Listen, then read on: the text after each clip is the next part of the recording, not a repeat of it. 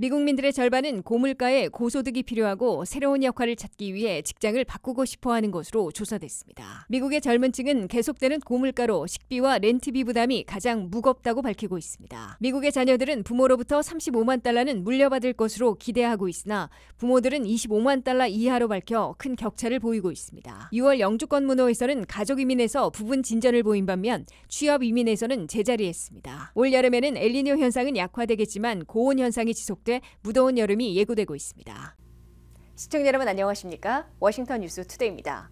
미국민들의 절반이나 올해 직장을 바꾸고 싶어하는 것으로 조사돼 한 달에 450만 명이나 이직하는 이른바 대규모 이직 사태가 현실화될지 주목되고 있습니다. 여전한 고물가에 더 많은 소득이 필요하고 AI 시대 등 새로운 사회 변화에 새로운 역할을 찾으려는 것으로 나타났습니다. 김미영 기자가 보도합니다. 미국인들의 절반이나 올해에 직장을 바꾸려 한다는 설문조사 결과가 나와 대규모 이직 사태가 예고되고 있습니다. 팬데믹이 끝나가던 2022년에는 한 달에 450만 명이나 이직하는 이른바 대규모 이직 사태를 겪은 바 있는데 올해에는 그보다 더 큰 규모의 이직이 현실화되지는 않을까 예의주시되고 있다고 CNBC가 8일 보도했습니다. 마이크로소프트와 링크드인이 3만 명을 상대로 공동조사한 결과 응답자의 거의 절반에 육박하는 46%가 앞으로 1년 안에 이직을 고려할 것이라고 밝혔습니다. 2022년에 대규모 이직 사태를 초래했던 2021년의 조사 때는 40%가 이직을 고려한다고 대답했는데 이번 이직 사태가 그때보다 더 큰 규모로 이뤄질 수 있음을 시사하고 있다고 CNBC는 해석했습니다. 2022년에는 한 달에 450만 명이나 이직해 이른바 대규모 이직 사태로 불려왔습니다. 한 달에 450만 명이나 이직한 것은 미국의 전체 노동력의 3%나 일터를 옮긴 결과였습니다. 실제로 새 구인 광고가 나는 일자리에 응시하는 잡 어플리케이션은 지난해 가을 이래 현재까지 1년 전에 비해 14%나 늘어나 대규모 이직 사태가 가시화되고 있는 것으로 관측되고 있습니다. 이번 설문조사에서 미국인들은 45%가 고물가가 계속되고 있어 더 많은 돈을 벌어야 하기 때문에 직장을 바꾸려 한다고 응답했습니다. 또 다른 통계에 따르면 일터를 바꾼 미국 근로자들의 임금은 1년 전보다는 10% 올랐고 6개월 전보다는 2.9% 오른 것으로 나타났습니다. 이와 함께 응답자의 85%는 새로운 역할을 찾으려 직장을 바꾸려 한다고 응답했습니다. 또 다른 통계에 따르면 일터를 바꾼 미국 근로자들의 임금은 1년 전보다는 10% 올랐고 6개월 전보다는 2.9% 오른 것으로 나타났습니다. 이와 함께 응답자의 85%는 새로운 역할을 찾으려 직장을 바꾸려 한다고 밝혔습니다. 현재의 역할에 불만족하거나 급변하는 사회상의 불안감을 느끼고 수요가 많은 직종으로 이동하고 신기술을 배워 새로운 역할을 맡으려 하는 것으로 해석되고 있습니다. 첨단 업계를 중심으로 AI 인공지능에 초점을 맞추고 있어 미국의 프로페셔널 인력들도 이에 대비하고 있는 것으로 풀이되고 있습니다. 이와 함께 미국의 고용시장이 아직도 양호한 편이어서 새 직장, 새 일터, 새 직업을 찾기가 여전히 어렵지 않을 것이란 자신감에서 대규모 이직을 고려하고 있는 것으로 CNBC는 분석했습니다. 미국 경제에선 일자리 증가폭이 다소 둔화되고 있으나 1월 25만 6천 개, 2월 23만 6천 개, 3월 31만 5천 개, 4월 17만 5천 개 증가로 여전히 강하고 양호한 수준으로 평가되고 있습니다. 구글과 애플 등 첨단업계 대기업들이 4월에만 7만 명이나 감원했으나 전체로 보면 해고 규모와 실업률은 아직 낮은 편이어서 비교적 손쉽게 새 일자리를 찾을 수 있는 상황으로 관측되고 있습니다. WKTV 뉴스 김미연입니다. 미국의 젊은 층은 아직도 계속되고 있는 고물가에 따라 식비 부담이 가장 무겁다고 밝히고 있습니다. 식비 다음으로는 렌트비, 재량 지출, 헬스케어, 유틸리티 순으로 조사됐습니다. 류령화 기자가 보도합니다. 미국의 물가는 41년 만에 정점을 찍었던 9% 고물가에서 현재는 3%대로 낮췄으나 연준 목표인 2%에 이르기까지는 아직 먼 길로 보입니다. 더욱이 올 들어 CPI 소비자 물가는 1월에 3.1%, 2월에 3.2%로 다시 오르더니 3월에는 3.5%로 급등했습니다. 미국민 전체가 고물가, 고금리의 이중고를 겪고 있으나 젊은 층도 인플레이션에 생활고 부담이 가중되고 있다고 아우성되고 있습니다. 18세에서 34세 사이의 젊은 층을 상대로 경제 전문 CNBC가 설문조사한 결과 54%는 식비 부담이 가장 무겁다고 대답했습니다. 그 다음은 렌트비로 22%였고 재량 지출이 10%, 헬스케어 6%, 유틸리티 5%의 순으로 나타났습니다. 미국의 고물가에서는 식료품 가격이 지난 4년 동안 25%나 급등해 전체 CPI 21% 인상보다 더 많이 뛰었습니다. 젊은 층은 특히 그로서리 식자재를 사기보다는 완제품을 사거나 식당에서 테이크아웃해 가서 먹는 방법을 선호하고 있어 식비 부담을 가장 무겁게 느끼고 있는 것으로 해석됩니다. 여기에 식비 부담은 거의 매일 느끼고 있는 반면 렌트비는 한 달에 한 번 체감하고 있어 식비 부담을 가장 무겁게 생각하고 있는 것으로 분석됩니다. 미국에서 렌트비는 대도시 50곳 중에 44곳이 임금 상승보다 더 많이 오른 것으로 나타났습니다.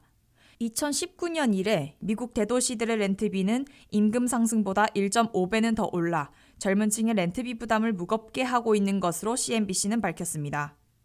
다만 렌트비는 2023년에 들어서 한 해 동안 3.4% 올라 임금 상승률 4.3%와 역전됐기 때문에 젊은 층의 최대 고물가 부담은 식비가 1위이고 렌트비는 2위를 기록한 것으로 CNBC는 분석했습니다.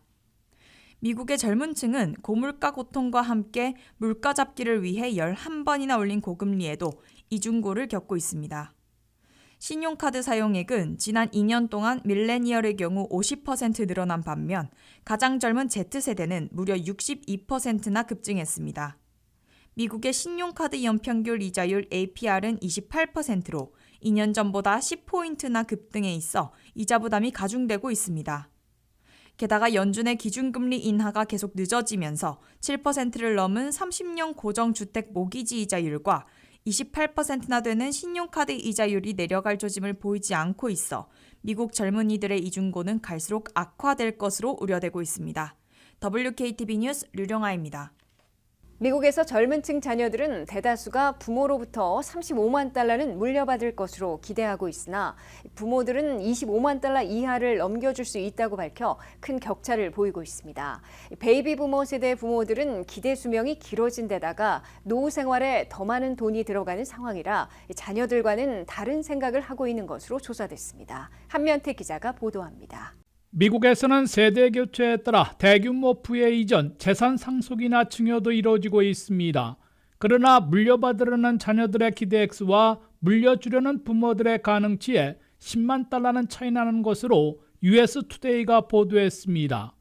밀레니얼과 Z세대 자녀들 가운데 대다수인 68%는 부모들로부터 평균 35만 달러는 물려받을 것으로 기대하고 있는 것으로 조사됐습니다. 이에 비해 베이비 부모들의 55%는 많아야 25만 달러 이하를 물려줄 수 있다고 밝히고 있습니다. 심지어 부모들의 재산 물려주기, 상속이나 증여 가능액은 갈수록 줄어들고 있는 것으로 나타났습니다. 보스턴 연방은행의 조사에서는 은퇴하고 있는 베이비 부모들 가운데 절반 이상이 자녀들에게 많이 물려주려 해도 5만 달러 이하밖에는 안 된다고 밝히고 있는 것으로 조사됐습니다. 미국 부모들의 90%나 자식들에게 재산을 물려주고 싶다고 밝히고 있지만 48%는 구체적인 계획을 세우지 못하고 있다고 털어놨습니다. 백인 가정의 3분의 1과 흑인 가정의 10분의 1은 물려주고 물려받을 자산이 한 푼도 없다고 밝히고 있습니다.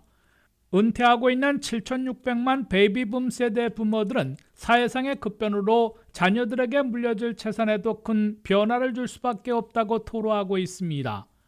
나이든 부모들은 기대 수명이 길어지면서 예전보다는 오래 살 것으로 보이는데 은퇴 후 노후 생활에서는 생활비와 의료비 등이 급등해 이에 대비하려면 자녀들에게 많이 물려줄 여력이 없다고 지적하고 있습니다. 부모들은 예전에는 갖고 있던 재산을 최대한 자녀들에게 물려주고 노후 생활에 도움을 받는 형태였으나 이제는 자녀 도움 대신에 스스로 부부가 해결해야 하는 상황이어서 유산 상속 또는 증여에 초점을 맞추기 어려워진 것으로 분석되고 있습니다. 미국에서는 은퇴를 앞두고 있는 51세에서 64세 사이 근로자들의 은퇴 저축에서 중산층은 저축액이 오히려 줄어들어 부유층과의 격차가 10여 년 만에 4배에서 9배로 크게 벌어진 것으로 나타났습니다. 또한 백인들과 아시아계를 포함하는 다른 인종들의 은퇴 저축액은 2배는 차이나는 것으로 조사됐습니다. 연방의회 회계감사원인 GAO가 연준 서베이 결과를 분석한 결과 연소득이 19,000달러인 저소득층의 은퇴 예정 근로자들은 10명 중에 단 1명만 은퇴 저축을 갖고 있는 것으로 나타났습니다. 심지어 중산층의 중위 은퇴 저축액은 2007년 87,000달러였으나 2019년에는 64,700달러로 감소했습니다. 반면에 고소득층 은퇴 예정 근로자들은 10명 중 9명이 은퇴 저축을 갖고 있으며 은퇴 저축액은 2007년에는 33만 3천 달러였지만 2019년에는 60만 5천 달러로 2배나 늘어났습니다. 인종별 은퇴 저축액에서도 백인들은 평균 16만 4천 달러나 되는 데 비해 아시아계를 포함한 다른 인종들은 8만 달러로 2배나 격차가 나고 있습니다. WKTV 뉴스 한면택입니다.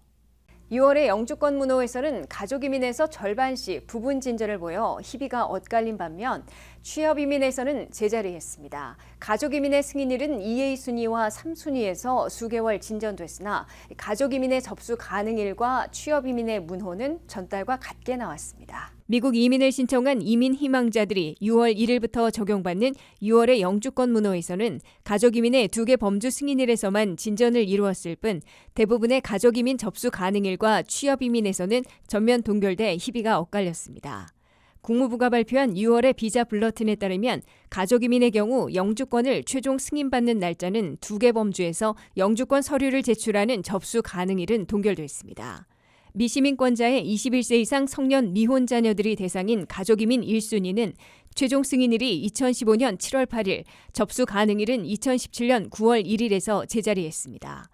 영주권자의 배우자와 미성년 자녀들이 대상인 2A 순위의 최종 승인일은 2021년 11월 15일로 가장 많은 5개월 보름 진전됐으나 접수 가능일은 2023년 9월 1일에서 멈췄습니다. 영주권자의 성년 미혼 자녀인 2순위 B는 승인일이 2016년 4월 1일, 접수일은 2017년 1월 1일에서 제자리했습니다. 시민권자의 기혼 자녀인 3순위는 승인일이 2010년 3월 1일로 2개월 진전됐고 접수일은 유일하게 2010년 9월 1일로 3개월 나아갔습니다. 시민권자의 형제자매 초청인 4순위는 승인일이 2007년 7월 22일, 접수일은 2008년 3월 1일에서 제자리했습니다. 취업이민에선 6월 문호에서 최종 승인일과 접수 가능일이 모두 전달과 같게 나왔습니다. 취업이민에서 박사급이 신청하는 1순위의 승인일과 접수 가능일은 계속 오픈됐습니다. 석사 이상 고학력자들이 신청하는 취업이민 2순위의 최종 승인일은 2023년 1월 15일, 접수 가능일은 2023년 2월 15일에서 멈췄습니다. 취업이민 3순위 학사학위 이상과 숙련직에선 최종 승인일이 2022년 11월 22일, 접수 가능일은 2023년 2월 1일에서 동결됐습니다. 취업이민 3순위 비숙련직의 경우 최종 승인일이 2020년 10월 8일, 접수 가능일은 2020년 12월 15일에서 제자리했습니다. 취업이민 4순위 종교이민의 최종 승인일은 2020년 11월 1일, 접수 가능일은 2020년 12월 1일에서 멈췄습니다. 취업이민 5순위 투자이민은 승인일과 접수일이 모두 계속 오픈됐습니다. 올여름에는 엘니뇨 현상은 약화되겠지만 고온 현상이 지속돼 무더운 여름이 예고되고 있습니다. 서부 지역은 건조하고 더운 여름이 예상되고 있으며 동부 지역은 고온다습하고 폭풍우와 허리케인도 자주 발생할 것으로 예보되고 있습니다. 여름에 이 같은 폭염은 폭풍이 커지기 위한 연료와 같은 역할을 해 가혹한 기후변화를 초래하게 될 것으로 전문가들은 예측하고 있습니다. 안혜린 기자의 보도입니다. 태평양의 적도 평균 해수 온도가 따뜻해지면 엘니뇨가, 낮아지면 라니냐가 발생합니다. 올 여름은 엘니뇨가 극심했던 작년과 달리 약할 것으로 예상되지만 고온은 여전히 지속될 것으로 예측되고 있습니다. 미국 날씨에 대한 엘니뇨와 라니냐의 영향력은 일정하지 않으며 현상의 강도와 계절 자체에 따라 크게 달라지지만 지나간 여름을 통해 이번 여름에 어떤 일이 일어날지 예측이 가능합니다. 2016년과 2020년 모두 가장 더운 축에 속하는 여름이었고 라니냐 현상이 한여름에 시작돼 매우 강한 엘니뇨 겨울이 이어졌습니다. 2020년의 라니냐 현상은 약한 엘니뇨 겨울 이후 한여름에 형성되었지만 여전히 기록상 가장 더운 여름 중 하나이자 가장 활동적인 허리케인 시즌이었다고 기록되었습니다. 평균 기온이 훨씬 더 따뜻한 세상이 되어 상대적으로 적은 온도 변화에도 강한 기후 변화를 일으키고 있다는 겁니다. 특히 미국의 서부는 다른 지역보다 여름이 더 더워져 위협적입니다. 피닉스는 작년 7월 전례 없이 102.7도를 기록해 치명적인 해로 기록되었는데 서부 전체가 올해도 매우 건조하고 더워 심각한 가뭄 현상까지 우려되고 있습니다. 반대로 대부분의 동부에서는 많은 폭풍우가 예상되고 있습니다. 멕시코만 연안에서 동북쪽으로 평소보다 더 습한 날씨가 유지되며 바닷물의 온도가 상승하면서 라니냐 현상이 강화되고 해수 온도가 1년 넘게 사상 최고치를 기록하면서 대서양 허리케인 시즌이 더욱더 가속화될 수 있습니다. 여름의 더운 기온은 더 많은 열대 기후 활동과 더 강한 폭풍을 위한 연료가 되는데 이번 여름은 엘니뇨 없이도 고온이 지속되어 환경 재앙이 증폭될 수 있다고 우려되고 있습니다.